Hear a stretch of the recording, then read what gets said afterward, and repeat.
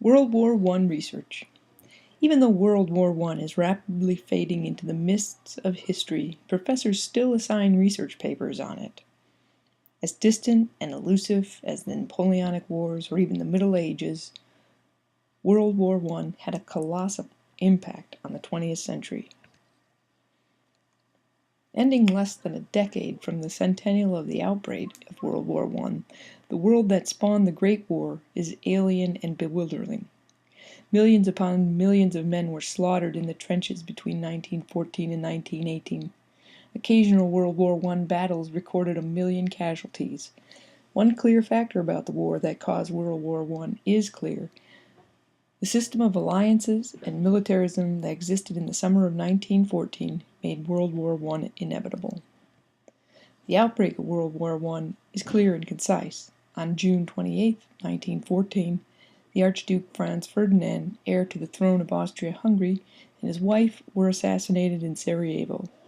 Otto von Bismarck, Germany's legendary Iron Chancellor, had predicted that some damn fool thing in the Balkans would initiate the next Great War, and he was right. What started as a local rebellion against unwanted imperial domination by the Serbs quickly brought into play an alliance system based on a balance of power. The Serbs had a treaty with Russia, who saw themselves as great Slavic protectors. Serbs and Russians were both Orthodox Slavic people, and Russia felt duty-bound to intervene on Serbia's behalf, so that when Austria declared war on Serbia, after demanding concessions that Serbia could never accept, Russia declared war on Austria. Beginning at the dawn of the 20th century was a web of secret alliances. This was the situation faced by Germany, who was forced by their treaty with Austria to declare war on Russia once that nation mobilized. When Germany entered into the conflict, global war was inevitable. Although Germany had a huge military buildup over the past several decades, as Kaiser von Wilhelm II sought to build a better navy than England, Wilhelm and Tsar Nicholas II, first cousins, rapidly exchanged a series of personal telegrams pleading for an avoidance of war.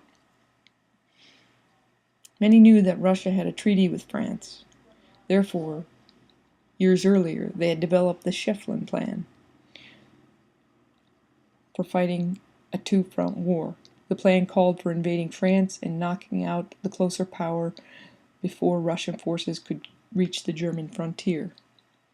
The night of August 1st, German forces moved into the Netherlands and Belgium on their way to France. Britain had a treaty with Belgium, and when the nation was invaded, the United Kingdom declared war on Germany. Every major power in Europe was at war within 6 weeks of the assassination, because the alliance system it had created felt like so many